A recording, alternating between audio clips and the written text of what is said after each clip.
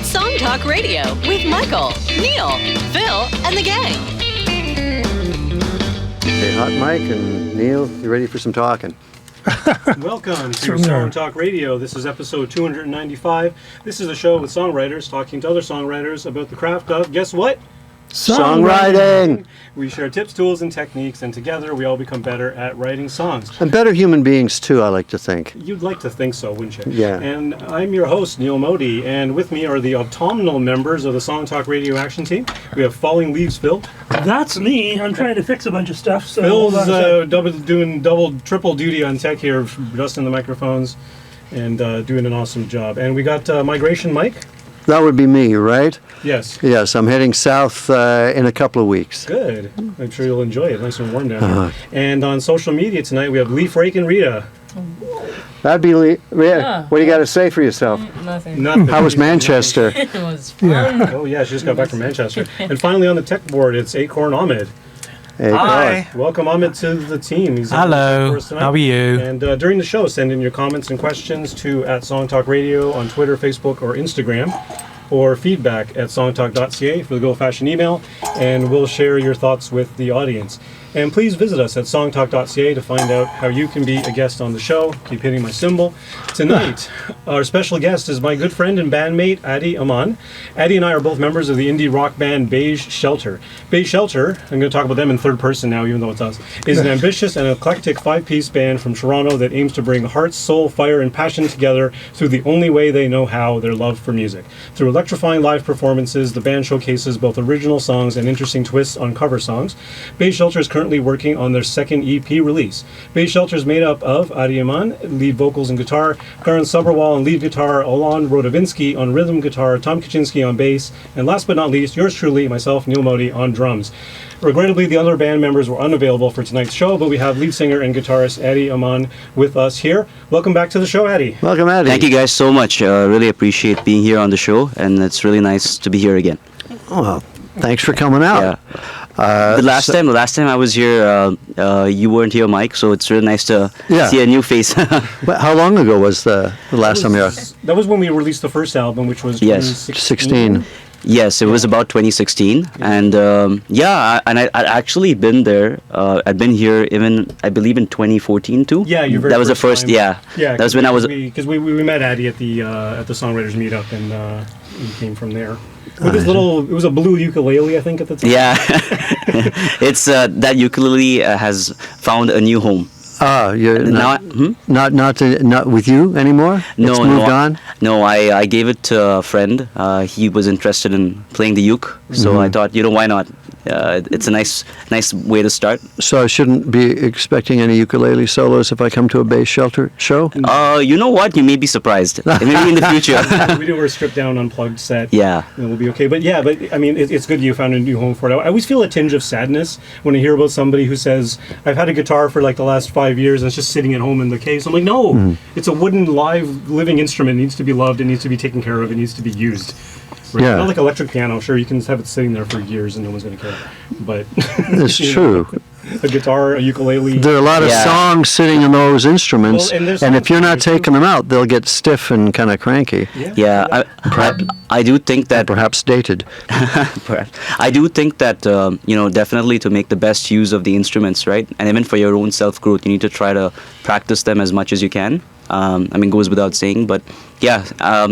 On that note, I actually have a banjo at home that I haven't touched in a while, so I need to take my. You gave it to Tom. Yeah, I did. I lent it to Tom, right? Well, break it out again. I I saw a band at the Dakota a couple of years ago, and there was one of the players was putting a banjo through a Marshall stack. Oh wow! It sounded so bizarre. Yeah, nice. percussive and distorted, and it sounded really cool. So, banjos are very useful instruments. Yeah. When we used in to play a little more stripped down acoustic set, I recommend to Adi that you do that, like amplify the uke. Yeah. Put it through a Leslie or something. Yeah, something like that. Hey, since I wasn't here before, tell me a bit about Beige Shelter, Adi. So, Mike, Beige Shelter was it was basically a project I started on my own. I would say about 5 years ago, and the reason why I did that was because I actually wanted to do something more with music. Like I was one of those people who'd play guitar at home, right? Right. And I would sing in the shower because I was a bit too nervous to go out and try singing. And one fine day, I thought, why not just try performing in front of people, like, because there is some sort of satisfaction I feel you get when you play for others, right, as opposed to playing Yeah, for you yourself. make a connection, and the songs Yeah. sound better when they're bouncing off people, and you see the reaction. Yeah. No, and totally. And you know what? It's even getting feedback from the audience, and just playing in front of. So all of that was something that I thought, okay, I always envisioned myself playing for others, but I was like, okay, one fine day I'm gonna go and play. And from there on I went to the meetup where I met Neel, and through Neel I met some other great people like Alon, who's also a bandmate, Tom Kuczynski, and oddly enough I met Karan, who's our lead guitar player. I met him because I got into an accident. I rear-ended somebody, and his father actually helped sell me my new RAV4. So yeah, it's like things are meant to happen, right? Happy accident. Happy accident. Quite It all literally. worked out. And also, just sideways, it's a bit of a plug for our Song Talk meetup then. Yes. Great bands can come from it. Yeah, I mean, I've come across so many collaborators. I mean, not to mention this show, least of all. But I've found many collaborators through that meetup. It's a great opportunity to network and to connect for sure. Excellent. So the band, Beige Shelter, how do the songs come about? Who writes them musically, lyrically? Is it done as a collective? Is there a dictator? How does this work? No dictator. Yeah, no dictator. No, Is it a democracy? There's someone usually taking dictation, but is that the same thing? Is that what you're talking about? Oh yeah, a great dictator. Yeah, some people are good at dictation, and some people are not so good, so you need to help with their spelling, mine included. But honestly, I started Beige Shelter. So I forgot to mention the reason why we called Beige Shelter is also because I felt music was sort of a shelter for me growing up, and I wanted to make music to appeal to different emotions. Hence, we're looking at red, blue, yellow. So those are different emotions, like happiness, sadness, and passion. Rage. Yeah, And passion. Right? green is jealousy. Yes, Right? green is jealousy. Blue is when you're depressed. Yeah, feeling a little blue. Exactly. Yeah. Right. So anyhow, that's basically why I call it Beige Shelter. And for the first album, I wrote quite a bit of the songs myself, but Neel helped me co-write one of these songs, Colors, and we played that actually the last time we were here. Mm-hmm. And I think since then we've all sort of played a role in songwriting. Like Neel's he's got a couple of songs under his belt. We've also co-written one of the songs that we're going to be playing tonight.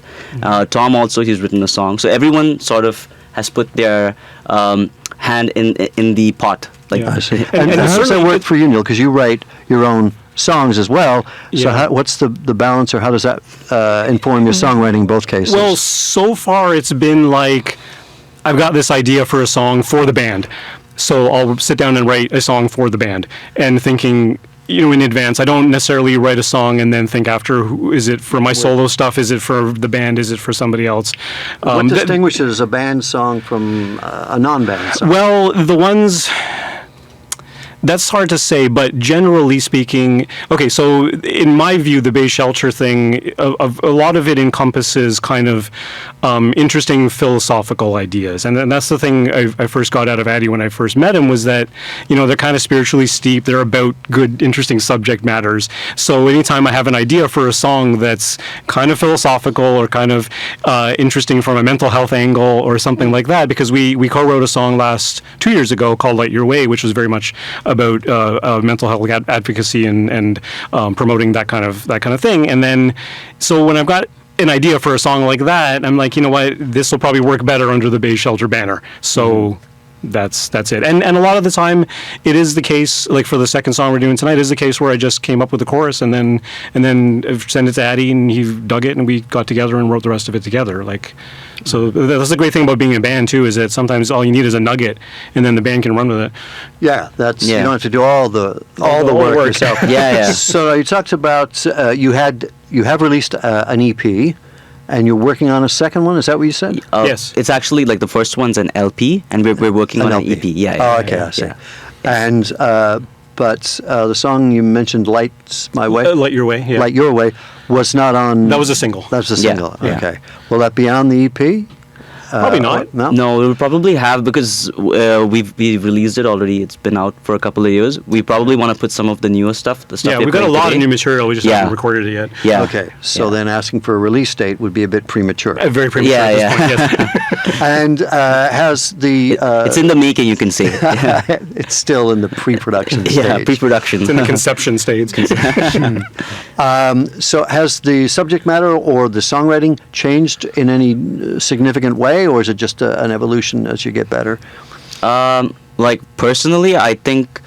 Okay, so from a band's point of view, are you talking from a band's point of view or in Wide open. Wide you're open, just okay. personally yourself, or So- as the band you've observed? How? Yeah, Either yeah. way. Yeah, sure, Mike. So, from the band's point of view, I think the songwriting has gotten more. It's gotten a bit more three-dimensional, as opposed to. I felt like when I was doing it, I don't want to say it was one-dimensional, but it's you're sort of carrying everything on. I used to just come with the acoustic guitar, right?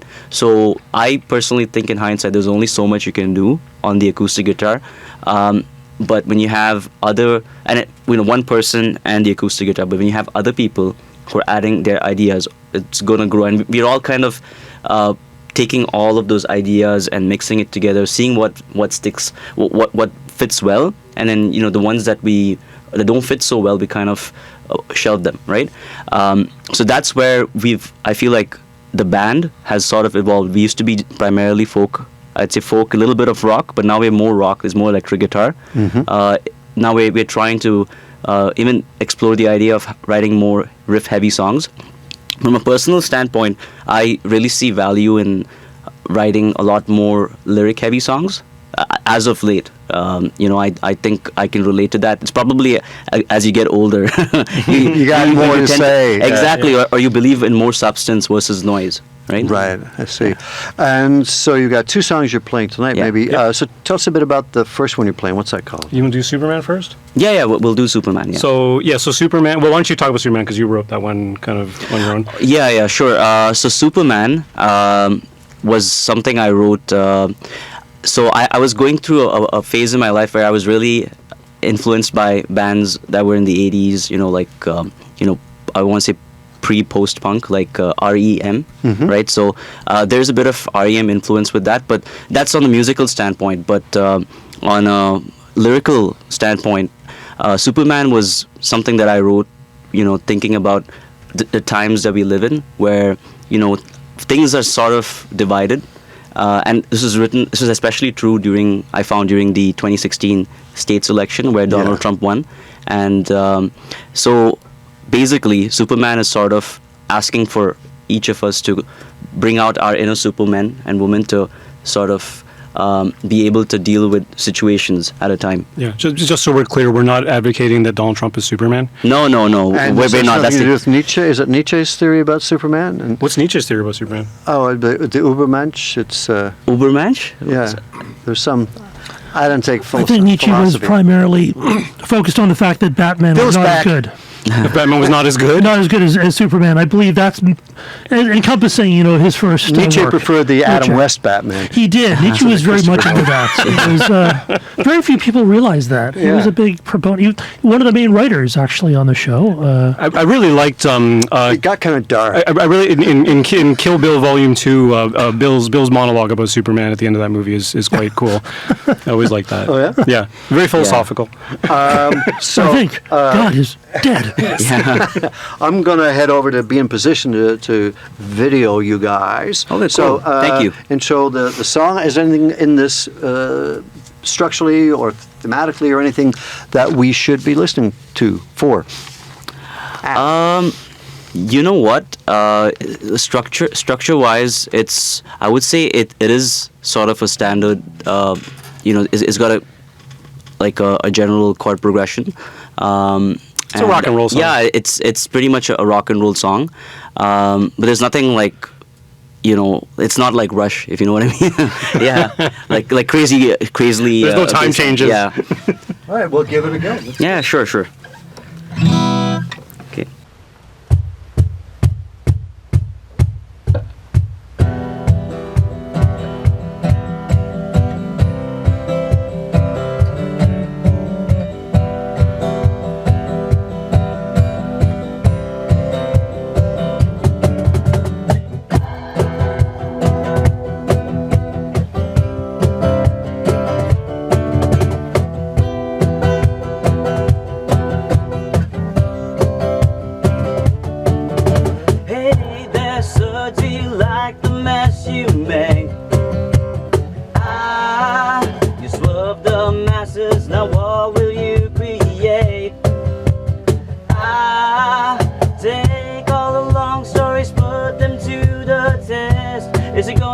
ahead a major regret. Seems like we're just sheep following.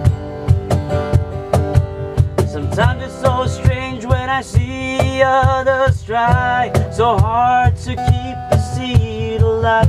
What happens to transparency? I believe in Superman. He's around just lost inside of you and me. For every boy who wants to change the tide of forgotten gravity. So believe in Superman. He flies so high, he'll take us to the sky. Come on and bring him out, so we can show this world how it's done. Oh.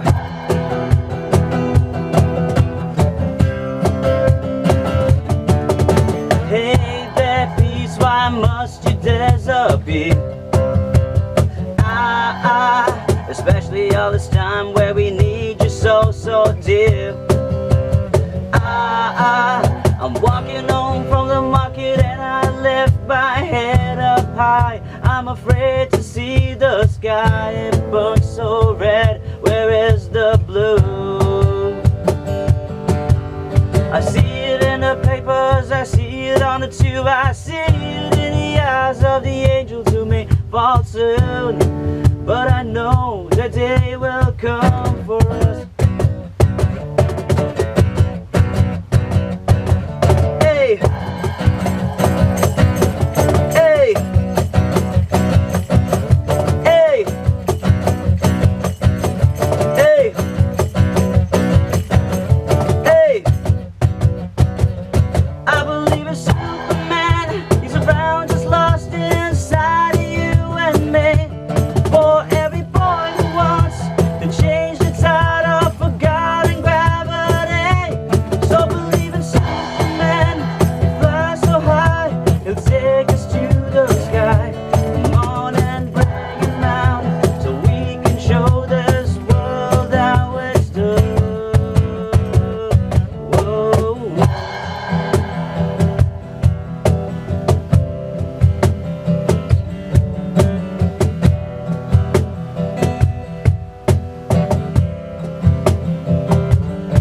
It's a stormy for years. It's a stormy for years.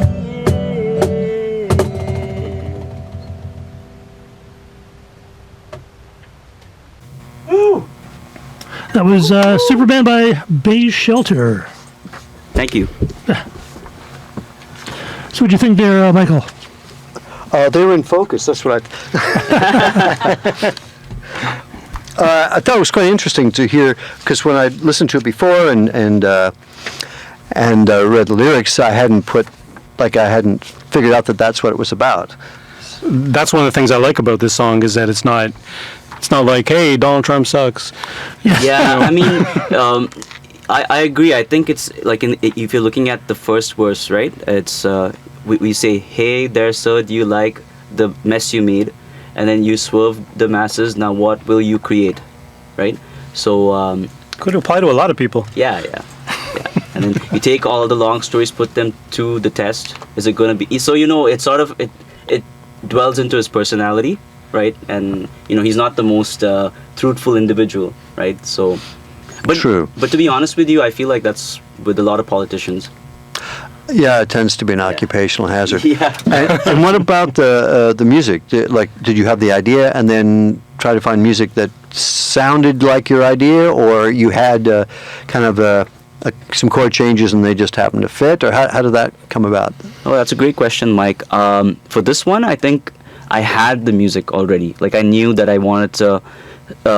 I like this chord progression, and then I sort of wanted to put some lyrics to it, and I had this theme in mind. Like, I was kind of inspired. I would say it happened just after the election, so Mm-hmm. I kind of had an idea of where I wanted to go. So, yeah. Phil, what did you think? I thought it was quite quite a rocking little tune. You had sort of an interesting outro there. What was that? Something that was happening with a sort of a band build-up, or? Okay, so that's actually that has a little story to it. So you guys remember Stormy Daniels? Yes. So the reason why I laugh is because this was suggested by Tom, and so we had the outro. We kind of decided to sort of do a little breakdown, like a sway from the galloping, the more fast-paced. It was like a halftime thing. I think it was really because we didn't have a guitar solo in this, and we decided to make that coda an opportunity for a lead guitarist to just do his little thing. Right. Yeah. Right. And it was a good opportunity just to sort of break it down as well, as because it is a pretty up-tempo song, so why not? Does the band arrangement sort of differ from what you guys did here? Yeah, there's a little more lead guitar stuff in it. Like there's an interesting riff at the beginning. Yeah. And then in the middle section where he's going, hey, and we're doing sort of a quarter note beat thing, it's Alon breaks into this really shredding kind of thing, and we just kind of let him go as long as he wants to. Okay. And then there's a bit of a cue where he plays the main ba-dum, ba-dum, ba-dum, ba-dum, and then we kick back into the chorus.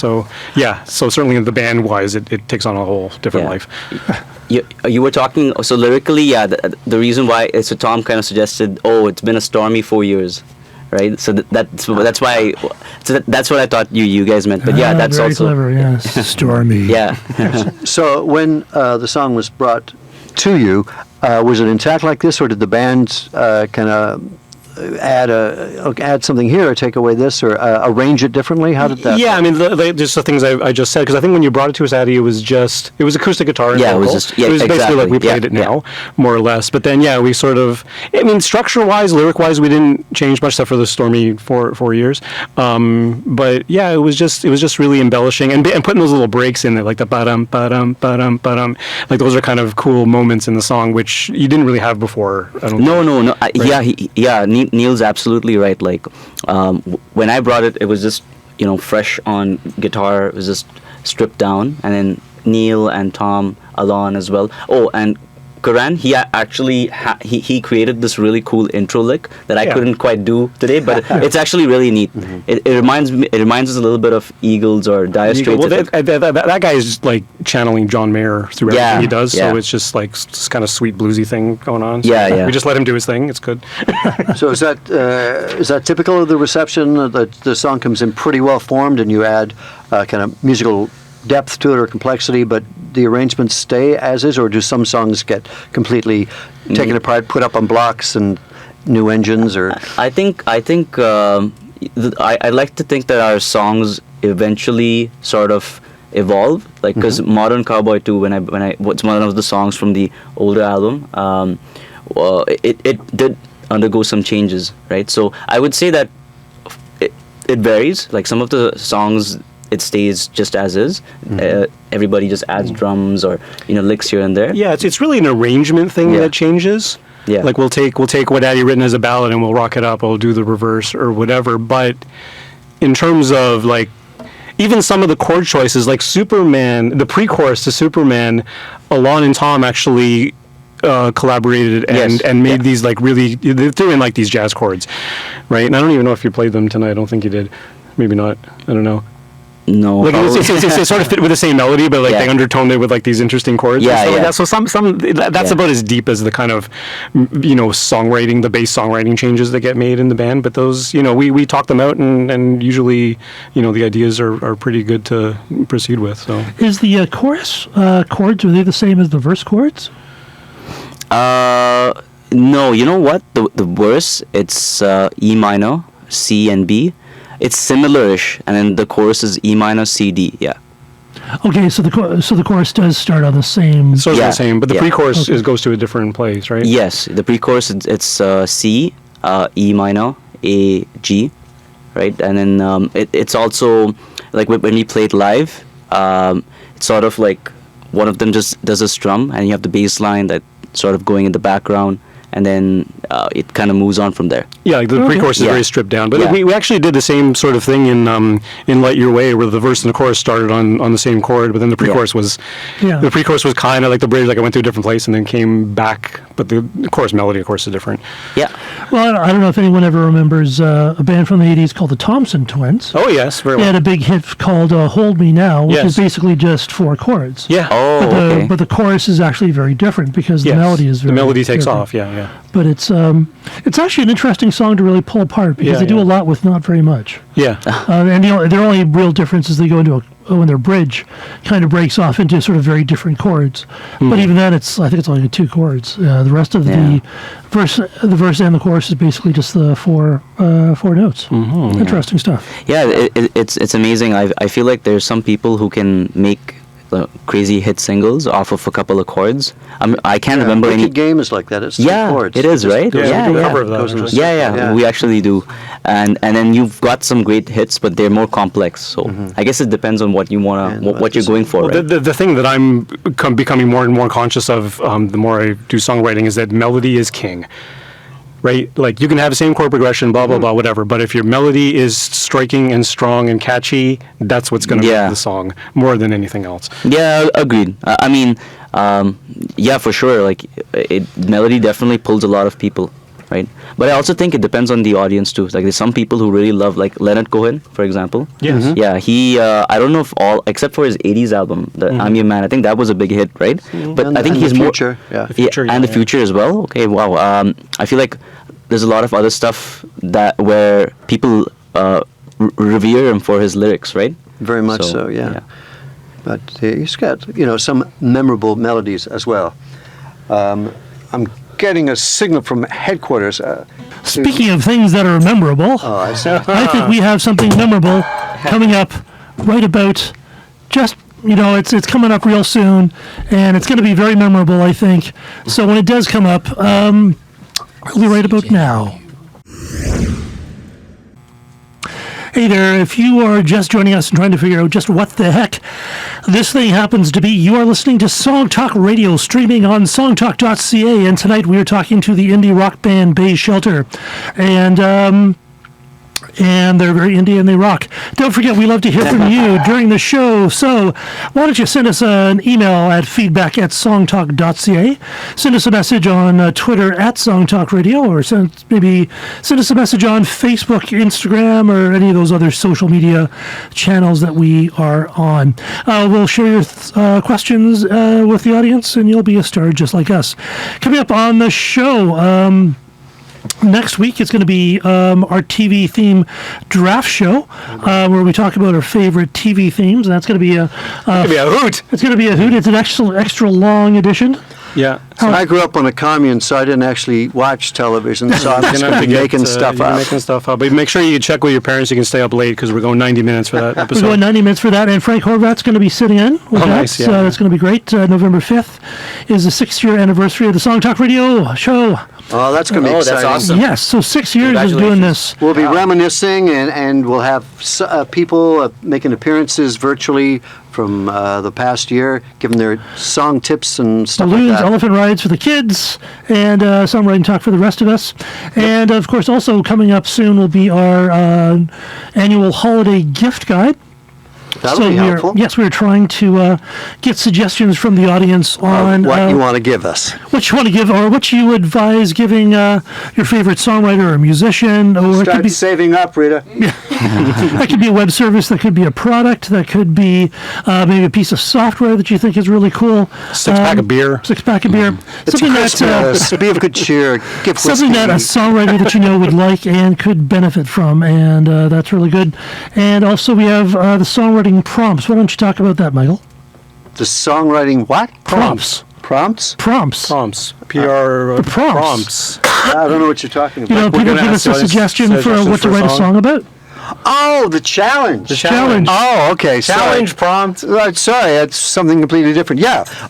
So we want you to make life interesting for us. We want you to give us a suggestion, a challenge of a songwriting idea, something that both Neel and I and Phil, that's 3 of us. We will each write a song based on your suggestions. So if you send in your suggestions, I believe the winning entry will win something, but we don't know what yet.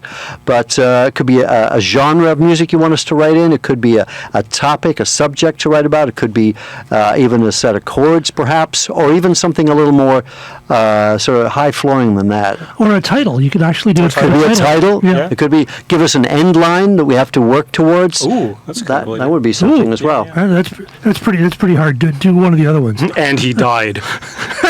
Fine. Yeah, I'll do it. I see a lot of major chords. Anyway, so please email us, Twitter us, Facebook us.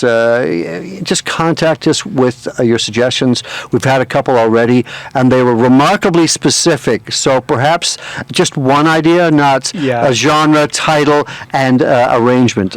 Please. Yeah. Just keep it to a one-liner thing. Something you can say in like 5 seconds. That would be good. Yeah. Yes. I kind of like the end line. That might be good. Or an opening line would be good. That's too. true. An opening line could be actually a great challenge, actually. Yeah. Yeah, okay. Well, How the about fourth a line in? cowbell line. or a cowbell line. Cowbell. Cowbell. A cowbell rhythm based on a cowbell rhythm. Didn't you write a song once, Phil, based on a cowbell rhythm? I started off writing actually our outro. Your outro. You started with a cowbell. Is actually a cowbell song. It's a cowbell really? song. Yeah. I somehow feel that gives a specific advantage to a drummer. Oh, of course, yeah. Yeah. Well, after I heard that, I'm like, I got to start working with the cowbell. We all need a tune bit of cowbell. cowbell. Tune cowbell. I'll just do a sample and put it into my synth. Have you seen that? I want that a way. G-sharp cowbell. I was going to say, have you seen that Saturday Night Live skit of Will Cowbell, Ferrell? of course. More cowbell. Yeah. That's the first thing. I think we that should comes do to a my mind. cowbell song. Songs that have cowbell. Have we done that? We did that, That actually. was when this whole discussion. I see. Came Well, to that's what happens fruition. when the new guy shows up. That's We should right. do a show about this. We've done it. We've done it. How about a song? We've done Been it. there, done that. You sung about You songwriting. can't not have a cowbell. Yeah, Yeah. it's true. Can not? Them, You can't not have a cowbell. No, it's silly. them All fighting songs have words. cow- yeah. it's- So you guys are working on your next an EP, and you tried a couple of different approaches to that. Yeah. Coming into the studio through the door and through the window. That sort of approach. Right. Yeah. Chimney. Yeah, being helicoptered and the approach we're taking is sort of so the thing for me was being as a drummer playing with bands off and on for many years, I never practiced playing to a click, right? And apparently, so I'm told, all of these songs work to a click. So I was obsessing over that several months ago, and I took a couple of practice sessions to more or less one of our songs that I set to a particular tempo, and then found that, especially in Superman, the song we just played, every time we played it live, we sped up a little bit in the chorus. It just had a little bit more energy. It gave a little bit more of a boost. Yeah. And so it either ended up like the verse was rushing or the chorus was kind of sluggish if I set the whole thing to one tempo. So then Alon, our rhythm guitarist, he set a tempo map to have it actually go up and down, and sort of gave us all a reference click to sort of practice to. And then I went into a studio with a friend of mine from the meetup and recorded the drums, and then we just started piecing it together like that. Because as far as arrangements go, like we kind of, we played that song so many times live that we kind of know our parts. So did you play the drums like with no backing track? Just- No, when Alon did his tempo map, he did do a electric guitar rhythm track Okay. for me, so I knew kind of where we were in the song and all that sort of stuff. So yeah, that was helpful. So did you do that with all or just that one song? One song so far. We're still working on the other ones. Okay. But you Yeah. didn't, so you didn't record with a click the last time? Well, it was a click, but it was a click that the tempo varied. No. What Oh. I'm saying is your album, your LP, did you use a click then? The LP was really it was just Adi and I working on it. So he would come to my home studio. He would give me his songs, basically a sort of a phone recording of it, and then I'd set up a drum loop. And those were, I don't think there was any tempo changes in any of those songs, really. No. We just sort of kept it steady the whole way through, and then he would just play it at the drum loop that I made, and then we would go back and add the other instruments via MIDI tracks and things. Because it did sound really like I listened to a couple on the way over tonight. The first, your LP, your LP. Yes. And it didn't sound too robotic or too stiff. It did kind of breathe and Yeah. flow. Yeah. There was good with that. there actually were a couple of tracks on that album that your guitar playing was always a little bit early. So instead of adjusting your guitar track, I just adjusted the tempo map to match Oh, his gotcha. guitar Right. performance, even though it was a little bit here and there. So Right. like, you know what? I'm just going to quantize everything else to what the natural guitar playing was. So Like, now I'm you not- tell him now that when everyone else is listening, you tell him you did you were that. off a little bit. But I fixed Just it. a bit. So you went into the studio and you just did the drum track with Alon. So there's like a guitar guide track Yeah. and a drum track. Yeah, and Tom added his bass track at his place. Like he Okay. recorded his bass track, and we still got to get lead guitar and lead vocals. So he on there. records his track on his DAW, and then he like exports it as a As a wave. wave. Yeah, and then that we can gets just- sent to. Yeah, we transfer it to each other, and I can add it to my DAW, and Alon can add it to his, and whatever. So like when we you're all working have the like same that, tracks. you said a wave. Is that the best format? Not an AIFF or Same thing. But AIF is more Apple, I think. Wave is more Windows. Same thing. so Yeah. there's no problem with compatibility if you're all working in different softwares, is there? No, because I think Tom's working on Logic on a Mac. I'm So working how's on that- Windows. So how does that work? So you've all got these various tracks. So who's like, are you going to be doing the mix down or? I think Alon's going to do the mix down for this one. That's what we decided. Yeah. So from what I understand, right? Not that I know a whole lot of production, but from what I understand, everyone's recording their own parts, and then Alon is going to mix everything. So I know Tom. Are we talking? I'm assuming we're talking about our cover, right? The one that. Yeah. So we're trying to do a cover of Rocket Man, and the classic Elton John song. And Tom recorded his bits, Alon recorded his bits, and I believe Neel also did the same, right? Yeah. It was at a studio, right? Yeah, it was at Dawn Studio. Yeah, recorded Dawn drums. Yeah. So we're waiting on. I think there's 2 other pieces, so including my vocals that need to be recorded. But so sort of everything is put together at one spot, but everyone does it separately. So are you guys doing anything with clearances in terms of the cover or? We looked a little bit at that. We have to look at that more when comes release time, for sure. Yeah. Because I know when we did the cover of Blue Monday, we got wow. clearance. I think the guitarist contacted the label and they just Right. said it's like 10 cents for every copy you sell or something. Right. There was a thing. I think I saw something on Discord's site where they're like, it's like, what is it, like $30, $40 a year or something like that, and they take care of it. Okay. Right? Like they handle all the clearances and blah blah blah. Okay. Right. So whether that's Is that for like per song? per song, yeah. Okay. And, Yeah. and what's this? What? I think that was Discroid or CD Baby. Okay. I think it was Discroid. Discroid? Discroid. What are they called? You know those I don't distribution know. guys? Oh, I don't release my so material. there's Discord? many, right? There's Yeah, I think yeah. DistroKid, is it? DistroKid. That's the one. DistroKid. DistroKid. Okay. Yeah. And then there's CD Baby, and then there's a couple. other ones. TuneCore. TuneCore. That's the other Yeah, one. Yeah. yeah. Right. One always used. So they take care of cover songs and Yeah. Like they handle all the stuff if you just pay them enough money. It's all about money. Yes, money can make a lot of problems go away. Yeah. So Literally. what's your second song going to be? So I'll let Neel talk. Yeah. Yeah, so this one started, so last year, actually, we'll go back 2 years. 2 years ago, Adi actually approached me and said, hey, do you want to join the Movember thing, where men and women, in fact, grow mustaches for the month of November, and just to support men's mental health and men's prostate cancer initiatives and all sorts of things. If you go to Movember, you just Google Movember, you see their website's actually really good. And we did it 2 years ago, and last year Movember came out with a tagline, because one of the things that they really encouraged was men to be more open about their emotions and to talk about their mental health problems or their health problems and that sort of thing. And their tagline for this was "Man of More Words." I want to be a man of more words. And I saw that and I'm like, that's really catchy and compelling. And I said to Adi, hey, let's write a song called "Man of More Words" and talk about these sorts of issues, because it lined up with our Light Your Way thing. It lines up with kind of our mental health thing. Because when we did the Light Your Way thing, we raised a bunch of money for the Canadian Mental Health Association and everything, right? Like, it's kind of a big deal for us, right? Yeah. And so basically, I think I started it. I think I just sent you a little iPhone recording. I just sang the chorus. I didn't have a chord progression or anything. I was just like, man, more words. What is this? I don't even know how it goes now. And I just sang it to my phone. Sent it to Adi. He's like, yeah, let's do it. Yeah. He came over to my place. I have the lyrics. Yeah. We wrote it out. We wrote it out. That'll help a bit. Yeah. And we wrote it out together. I think you more or less did the verses. Yeah. We kind of had something like that. Came up with some chord progressions together. Yeah. Collaborated on the lyrics. Most of the rest of the lyric Adi wrote, I think. We threw in a bridge.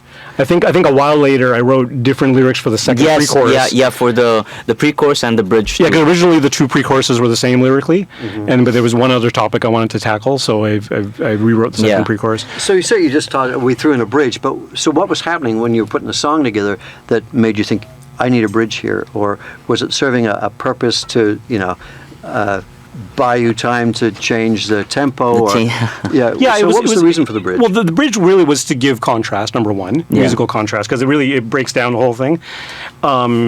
And again, I think we had a kind of, it was almost like a list of things we wanted to talk about in the song. Like we want to touch on mental health. We want to touch on suicide. We want to touch on this notion that men are always supposed to be strong and have that forward-facing thing, strong and silent kind of thing. Like there's a bunch of topics we wanted to touch on, and the bridge was just another opportunity to do that. Yeah, and if I may interject, I actually. I kind of paid tribute to somebody who I knew who actually passed away due to suicide. And, we talk about that in the first verse. And that actually happened when I was in boarding school. Mm-hmm. So that sort of I used as inspiration, but it comes down to the words. Like, you just wish people they felt like, at that time, this was way back in the early 2000s, you just wish people knew that it was okay to go and talk, right? Discuss your how you're feeling. So, yeah. Well, that's great. Let's take a listen. I'm also the videographer, so I'll be over here. Mike's the man. Yeah, what's the... and this is going to be Man of More Words by Beige Shelter. Okay, let's give Michael a minute there. Well, I think the battery died. So the battery's dying. This is live radio, folks. It's so exciting. We're only going to have one camera. Okay, fair enough. Okay. Right, ready? 1, 2, 3, 4.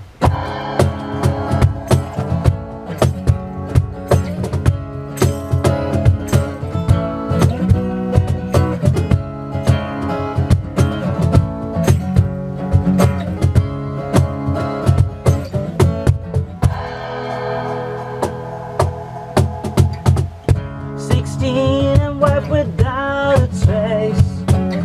Your silence hid on mama's face.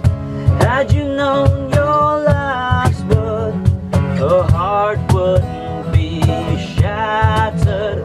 She's mystified. Funny how despite the times, connection's a thing of the past. I stare into these lonely eyes, but emptiness stares back. Oh, I wanna be a man of more words, a man of more words. Even if it hurts, we have a chance to learn. A man of more words.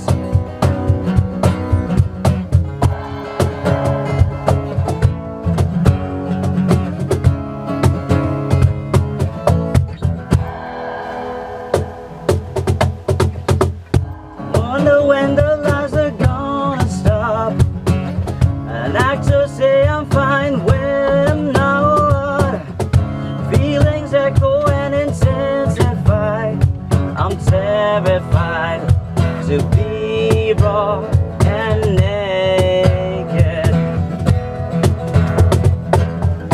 Funny how the strongest ones can be subject to pain and death.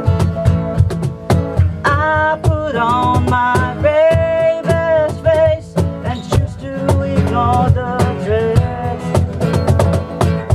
Oh, I wanna be a man of more words, a man of more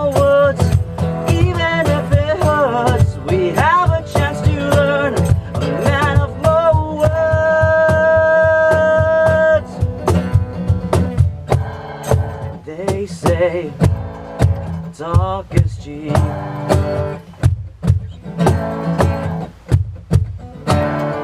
But your story, it's unique. I hope you weave through this web. Silence is the mask you need to shed. It's the mask you need to shed. I wanna be a man of more words, a man of more words. Even if it hurts, we have a chance to learn. A man of more words. Oh, I wanna be a man of more words, a man of more words. Even if it hurts, we have a chance to learn. A man of more words, a man of more words, a man of more words, a man of more words, a man of more words.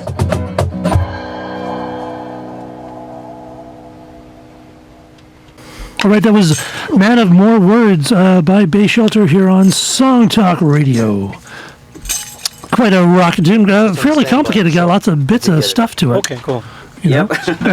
Yeah, you've got to thank the band, and like I say, everybody put their own little thought and input into it, and it kind of changed it from what it was originally.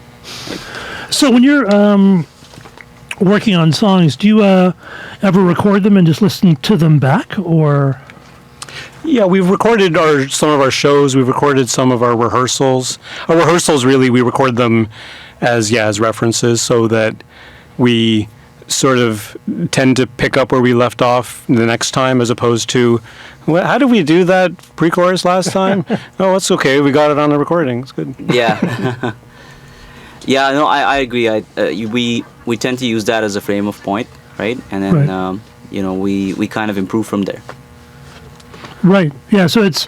Do you go through sort of each line, kind of polishing it off, or like how detailed do you get in your writing process? Yeah, I would say, like for example, the bridge itself. There's a certain point where I think Neel plays it. I forget the technical term for it, but you sort of you kind of hit the drums twice, and then right. So I feel like that wasn't there originally, right? And then that's something we kind of touched on as the band got together and try to make it sound more cohesive. Yeah. Like we haven't necessarily gone through line by line, but we do tend to.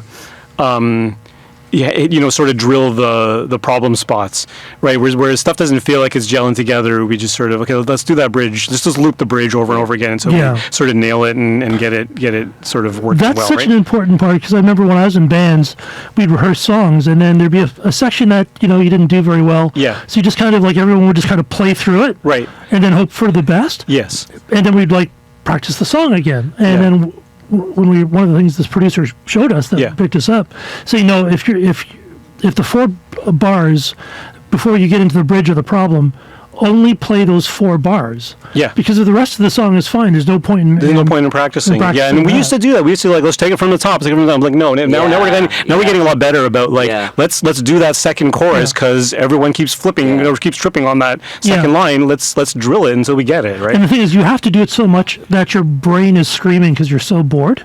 Because that's the point when you're actually getting knowledge. That's your brain actually learning something. Well, and that's when muscle memory starts kicking in. Yeah. Because then you're just doing it because you're feeling your way through it, and it's working. Exactly. No. So what do you guys think of the song? Neil, Mike? I was busy recording it, so again, I thought it was in focus. Too many tasks. I've got a question, because you guys play out live a fair bit, right? And until you told me what it was about, right? I didn't know. Right. So how does that work? Like, how do you communicate that, or is it frustrating that you put a lot of thought into your lyrics and what the songs mean? And I imagine when you're playing, I'm not sure the venues you play, but I'm sure that it isn't always easy to communicate exactly what the songs are about. People are just there for the music and the vibe, right? Yeah. Yeah, I mean, that's a good question again, Mike. I think so. Yeah, when you play live, you're sort of playing it, and your words kind of get lost in the music. But it doesn't really frustrate me as such because, there's lots of other songs that I've listened to where it's kind of hard for me to understand at first. And the lyrics are very cryptic. Like I listened to one band, The National. A lot of their lyrics are cryptic or sort of even more abstract, right? But I like to think maybe you can derive bits and pieces as you kind of go through the song. Okay, yeah, this sort of is what it means. And I intentionally do it that way because it would be, you kind of remove the whole poetic part of it, right? Well, and when you said what the first verse was about, then I hear it again. Yeah, it makes so much more sense. Yeah. Yeah. I mean, from our live shows, we have had some feedback, especially with this song, where people come to us and said that chorus was really strong. Like Yeah. it really, Yeah, it's a really- it was really memorable and Yeah, hooky. yeah. So I think, if they get that much of the message, then there's an opportunity there that Yeah. okay, maybe they're going to take a deeper look at some of the other lyrics. Like it is a thing, but it's, I don't know. From my point of view, like we as the artists have to pay attention to the details, right? And if all those details get absorbed by the listener, great. If some of them do, okay, that's cool too. If they just dance to the beat, that's great too. Right. Like it's all cool. Yeah. Stream the songs. That's all I care. But that being said, like the listener has an additional opportunity where they discover something about the song maybe later, the third, fourth, fifth, sixth time they heard it. It's like, Right. oh yeah, I didn't realize that before. Yeah. And it becomes a richer, deeper experience for them. Yeah. And some very popular songs are still misconstrued. The Yeah. Police song, "Every Breath You Take." Oh, yeah, it's a not love a love song. song, Yeah. and It's so or romantic. Reagan Yeah. using "Born in the USA," where it's sort right. of Or some against- people use Elvis Costello's "Allison" as a love song, which is not a love song in any way, shape, or I form. don't think he has any love songs. I remember going to a wedding once, and they used that the Titanic, "My Love Will Go On." Right. Yeah, it's really a on song and on about. and Well, on. it's about a song about loss, really. It's Yeah, like, "I'll go on it after is. you leave me." But Like I we're guess it getting is about married. the permanence of Wow, the I, feelings. I never actually thought about it that way. Thanks a lot, guys. I actually thought it was such a Yeah. romantic song. Yeah, you know? oh, it is totally. It is. I mean, it's about the permanence of love, Yeah, despite death. Yeah, It'll yeah. live on past death yeah. and Till death rotting. do we and, part kind of well, I guess that Give that me that. music sounds familiar. It means something to you. What is that? What is that? What's that music? I hear the cowbell. Is that a cowbell? That is a cowbell, sir. And that cowbell signifies that is all the time we have tonight on Song Talk Radio. Special thanks to our guests Adi Aman and Beige Shelter. Thank you me. so much. Beige Yeah. Shelter. It was a pleasure having you. Oh yeah, my pleasure. I mean, it's a pleasure being here. Yeah, and of course we got what's our primary thing? Facebook. these Yeah, days? we're available on Facebook, Yeah. Instagram. Do you have any gigs coming up? We have a gig actually December 7th at the Cavern, which is on Church Street, and we're actually going to be playing a Beatles tribute kind of Yeah, it's set. a Beatles tribute night. Yeah. All the bands are doing Yeah. Beatles Oh, covers. very cool. So 4 songs each, yeah. Yeah. So send us your impressions on Twitter, Facebook, or Instagram at Song Talk Radio. Send us an email, feedback@songtalk.ca. Also be sure to check out our YouTube channel for live performance videos and full episodes, and stop by the site, songtalk.ca. Subscribe today to the Song Talk Radio podcast on Apple Podcasts, Google Play, Stitcher.com, Spotify, or Podcast Addict. And don't forget to sign up for our free newsletter at songtalk.ca. You'll find links to all the products, books, and web services we mentioned on the show on our resources page at songtalk.ca. And if you're in the Toronto area, please join us. Our next Song Talk meetup is on Monday, October the 28th from 7 to 10 p.m. at the Transact Club. It's free to join on meetup.com and free to attend the meetup. Stop by songtalk.ca for the link. Thanks to Rita for handling the social medias Thank you, tonight. Rita. And on the She tech just came board, back. Ahmed. Thank you. Thank you, Ahmed. And most of all, and a big thank you to Vanessa Vreeland, who helps us out behind the scenes on a does weekly all the basis. work. She does all the work for we us. missed you, Vanessa. And most of all, we'd like to thank you, you are a devoted listener. You can follow me at neelmodi.com. You can follow Phil. At the Phil Emery on Twitter. I do tweet once in a while. I swear. Every once in a while, I've seen that. And Michael? You can find me on Instagram. Proudfit420 is a new photograph every day. Oh, photo a day. And And Miss that's a Rita. guarantee. No, Rita's off the grid, and Ahmed Still in the works. still in the works. And of course, Adi, we can follow you. Where's the best place to follow you? I would say Beige Shelter, and that's At my Beige Shelter? Yeah, that's even my personal Instagram. That's I right, use it that is. for everything. Yeah. I just like to give a quick shout out to Song Talk Radio. You guys were number 11 on 20 in terms of best Song Talk podcast. So keep up the good work. Was that just a ranking, or was it just a list? Yeah, it was 11 out of 20. Yeah. Oh, wow. well, Yeah. I thought it was just a list. I didn't know it was you a guys ranking. what the heck? I'll take it. All right. Stop by the website, stongstalk.ca, browse past shows, blah, blah, blah. Keep on writing. Good night. That's just some of the fine quality you get here. Fine Good quality. night, everyone.